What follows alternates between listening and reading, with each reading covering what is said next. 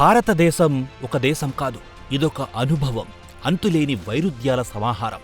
ఉత్తరాన ఆకాశాన్ని తాకే మంచు కిరీటాలు, దక్షిణాన సముద్రం పాడే జోలపాటలు, వేల ఏళ్ల చరిత్రను సాక్ష్యంగా నిలిపే పురాతన ఆలయాలు ఒకవైపు, రేపటి భవిష్యత్తును నిర్మిస్తున్న అత్యాధునిక టెక్ పార్కులు మరోవైపు, ఆధ్యాత్మిక ఆశ్రమాల ప్రశాంతత, రద్దీగా ఉండే బజార్ల కోలాహలం, ప్రపంచంలో మరెక్కడా దొరకని ఇన్ని అద్భుతాలు ఒకే చోట రాసిపోసినట్లు ఉండే నేల ఇది.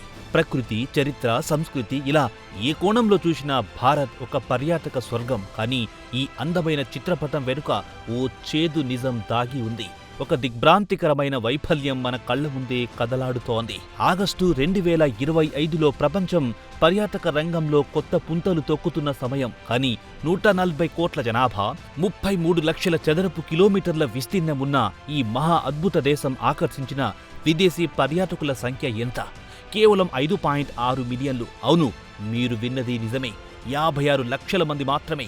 మన దేశ జనాభాలో ఇదొక చిన్న భిన్నం మాత్రమే కాదు, మన సామర్థ్యానికి ఇదొక తీరని అవమానం. ప్రపంచం మొత్తం భారత్ వైపు చూస్తోందని మనం వేదికల మీద గొప్పగా చెప్పుకుంటున్నాం. కానీ వాస్తవంలో విదేశీయులు భారత్లో అడుగు పెట్టడానికి ఎందుకు వెనకాడుతున్నారు? ఈ ప్రశ్న మనల్ని నిద్రపోనివ్వకూడదు.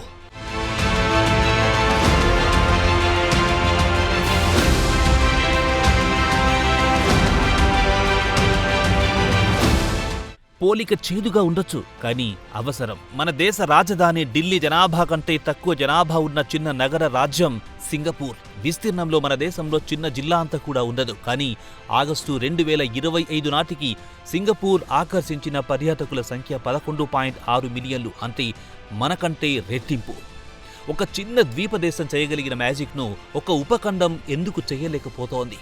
థాయిలాండ్ అనే మరో చిన్న దేశం కేవలం పర్యాటకం ద్వారా $60 బిలియన్ల పైగా ఆర్జిస్తోంది. భారత్ అందులో 3వ వంతు ఆదాయాన్ని కూడా తాకలేక చతికిలపడింది. ఇది కేవలం అంకెలు మాత్రమే కాదు, భారత పర్యాటక వ్యూహంలో ఉన్న డొల్లతనాన్ని, మన విధానాల్లోని వైఫల్యాన్ని ఎలుగెత్తి చాటుతున్న ప్రమాద ఘంటికలు. అసలు సమస్య ఎక్కడుంది? మన దగ్గర తాజ్మహల్ లేదా?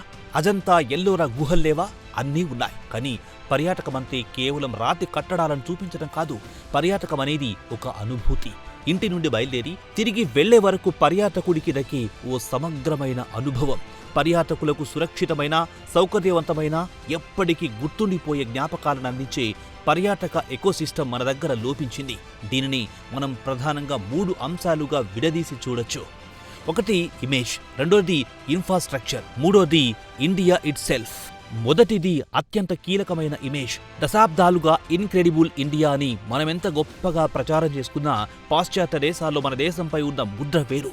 భారత్ మహిళలకు సురక్షితం కాదు, అక్కడ పారిశుద్ధ్యం ఉండదు, అడుగడుగునా పర్యాటకులను మోసం చేస్తారు. ఇవి కేవలం పుకార్లు కాదు, అనేక మంది పర్యాటకులు ఎదుర్కొన్న వాస్తవాలు. ఒక విదేశీ మహిళ ఒంటరిగా మన దేశ వీధుల్లో ధైర్యంగా నడవగలదా?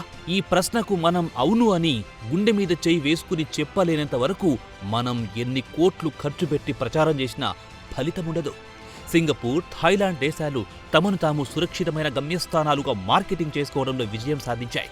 మనం అక్కడే ఓడిపోతున్నాం. భారత్ అంటే కేవలం ఒకే రకమైన అనుభవం కాదు, మన బ్రాండింగ్లో స్పష్టత రావాలి. ఆధ్యాత్మిక భారతం, సాహస భారతం, వారసత్వ భారతం, ఇలా వేరువేరు వర్గాలుగా మనల్ని మనం ప్రపంచానికి పరిచయం చేసుకోవాలి. ఉదాహరణకు బౌద్ధ సర్క్యూట్లో ప్రపంచంలో కోట్లాది మంది బౌద్ధులు తమ జీవితంలో ఒక్కసారైనా చూడాలనుకునే పవిత్ర స్థలాలు మన దగ్గరే ఉన్నాయి. కానీ సర్క్యూట్ను అంతర్జాతీయ ప్రమాణాలతో అభివృద్ధి చేయడంలో, ప్రచారం చేయడంలో మనం వెనకబడ్డాం. రామాయణం సర్క్యూట్ వంటి అద్భుతమైన అవకాశాలను కూడా మనం పూర్తిగా వినియోగించుకోవడం లేదు. మార్కెటింగ్ ఉంది, కానీ అందులో ఫోకస్ లేదు. రెండవది ఇన్ఫ్రాస్ట్రక్చర్. ఢిల్లీ, ముంబైలో వరల్డ్ క్లాస్ విమానాశ్రయాలు కడితే సరిపోదు. విమానం దిగి ట్యాక్స్ ఎక్కిన తర్వాత అనుభవం ఎలా ఉంటుందో, గమ్యస్థానానికి చేరే రోడ్లు, మధ్యలో ఆగాల్సిన ప్రదేశాలు, ముఖ్యంగా పరిశుభ్రమైన టాయిలెట్లు, ఇవి పర్యాటకులకు అత్యంత ప్రాథమిక అవసరాలు. ఒక అద్భుతమైన జలపాతం దగ్గరికి వెళ్లాలంటే నరకయాతన పడాల్సి వస్తే ఏ పర్యాటకుడు మళ్లీ అక్కడికి రావాలనుకుంటాడు? ఆగ్నేయాసియా దేశాల్లో మారుమూల ప్రాంతాల్లో కూడా ఉన్న కనెక్టివిటీ, పరిశుభ్రత మన దగ్గర ఎందుకు సాధ్యం కావడం లేదు?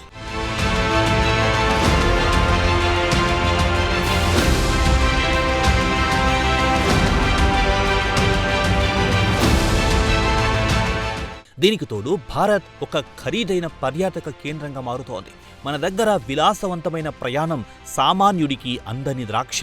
వియత్నాం, బాలి, శ్రీలంక వంటి దేశాల్లో తక్కువ ఖర్చుతో అద్భుతమైన విలాసాలు దొరుకుతుంటే విదేశీయులు భారత్కు ఎందుకు రావాలి?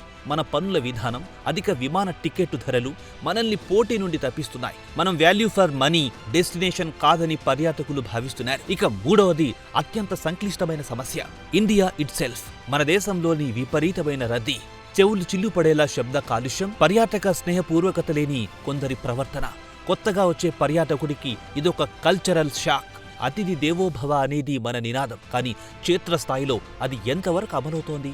ఆటోవాలాల నుండి గైడ్ల వరకు పర్యాటకులను ఒక నడిచే ఏటీఎం మిషన్లా చూడడం మానేసి వారిని గౌరవించే సంస్కృతిని మనం అలవర్చుకోకపోతే మౌత్ పబ్లిసిటీ ద్వారా మన పరువు పోతూనే ఉంటుంది.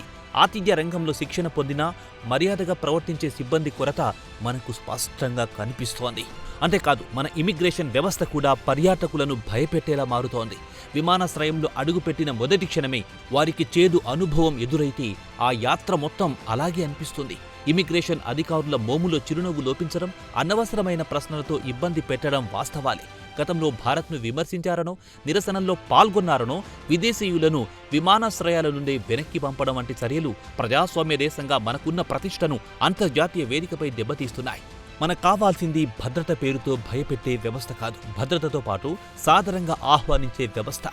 వీసా నిబంధనలను, ముఖ్యంగా ఈ వీసా ప్రక్రియను మరింత సరళతరం చేయాలి. వీసా ఆన్ అరైవల్ విధానాన్ని మరిన్ని దేశాలకు విస్తరించాలి. ఆర్థిక కోణంలో చూస్తే మన ప్రభుత్వ విధానాలు పరిశ్రమకు సహకరించడం లేదు. ఉదాహరణకు జీఎస్టీ, హోటల్ రంగానికి పన్ను రేటు తగ్గించిన ఇన్పుట్ ట్యాక్స్ క్రెడిట్ సౌకర్యాన్ని నిరాకరించడం వల్ల హోటల్ యజమానుల ఖర్చులు పెరుగుతున్నాయి, లాభాలు తగ్గుతున్నాయి. దీంతో వారా భారాన్ని పర్యాటకుల మీదే మోపుతున్నారు. ప్రభుత్వం ఒక పక్క పర్యాటకాన్ని ప్రోత్సహిస్తున్నామని చెబుతూనే మరోపక్క పన్నుల రూపంలో పరిశ్రమ వృద్ధిని అడ్డుకుంటోంది.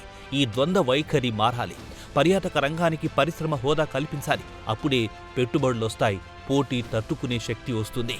సమస్యలున్నాయి, కానీ పరిష్కారాలు లేకపోలేదు. దీనికి బహుముఖ వ్యూహం కావాలి. డిజిటల్ స్టోరీ టెల్లింగ్ ద్వారా కొత్త భారతీయ కథనాలను ప్రపంచానికి వినిపించాలి. ప్రభుత్వ, ప్రైవేట్ భాగస్వామ్యంతో వారసత్వ కట్టడాలు నిర్వహించాలి. ప్రతి పర్యాటక కేంద్రంలో క్లీన్ టూరిజంను ఒక ఉద్యమంలా అమలు చేయాలి. అన్నింటికంటే ముఖ్యంగా పర్యాటక పోలీసులను విస్తృతంగా నియమించి మహిళల భద్రతకు అత్యధిక ప్రాధాన్యం ఇవ్వాలి. పర్యావరణానికి హాని కలగకుండా ప్రకృతితో మమేకమయ్యే సుస్థిర పర్యాటకాన్ని ప్రోత్సహించాలి. ఇది కేవలం డాలర్ల కోసం ఆడుతున్న ఆట కాదు, ఇది మన యువత భవిష్యత్తుకు సంబంధించిన అంశం. తయారీ రంగం కంటే పర్యాటక రంగం తక్కువ పెట్టుబడితో ఎక్కువ ఉద్యోగాలను సృష్టిస్తుంది. ఆటోమేషన్, ఏఐ వల్ల ఫ్యాక్టరీలో ఉద్యోగాలు తగ్గుతున్న ఈ కాలంలో పర్యాటకం లక్షలాది మందికి, ముఖ్యంగా నైపుణ్యం లేని పేద వర్గాలకు జీవనోపాధి కల్పిస్తుంది. మన పొరుగు దేశాలైన శ్రీలంక, బంగ్లాదేశ్లో నిరుద్యోగం ఎటువంటి అశాంతిని రేపిందో మనం చూశాం. భారత యువశక్తిని నిర్వీర్యం కాకుండా కాపాడాలంటే పర్యాటకాన్ని ఒక ప్రధాన ఉపాధి వనరుగా మార్చుకోవడం మనకు ఆప్షన్ కాదు, ఒక అవసరం. మన దగ్గర ఈజిప్టును మించిన చరిత్ర ఉంది. న్యూజిలాండ్ను తలదన్నే ప్రకృతి అందాలున్నాయి. మనం కొత్తగా సృష్టించాల్సిన పనిలేదు, ఉన్నదానిని మెరుగుపరుచుకుంటే చాలు. ప్రపంచం మన కోసం వేచి ఉంది, కానీ మనం మన ఇంటిని చక్కదిద్దుకునే వరకు అతిథులు రారు. 2025 ఆగస్టు గణాంకాలు కేవలం ఒక హెచ్చరిక మాత్రమే కాదు, ఒక మేలు కొలుపు. ఇప్పుడు కూడా మనం కళ్ళు తెరవకపోతే, మన విధానపరమైన లోపాలను సరిదిద్దుకోకపోతే అద్భుతమైన ఆర్థిక అవకాశాలు మన కళ్ల ముందే కరిగిపోతాయి. పర్యాటకం అనేది ఒక దేశం తనను తాను ప్రపంచానికి సగర్వంగా పరిచయం చేసుకునే వేదిక. ఆ వేదికపై భారత్ ఇంకా ప్రేక్షక పాత్రలోనే ఉండిపోవడం నిజంగా ఒక చారిత్రక విషాదం. ఇది మన దేశం, మన బాధ్యత.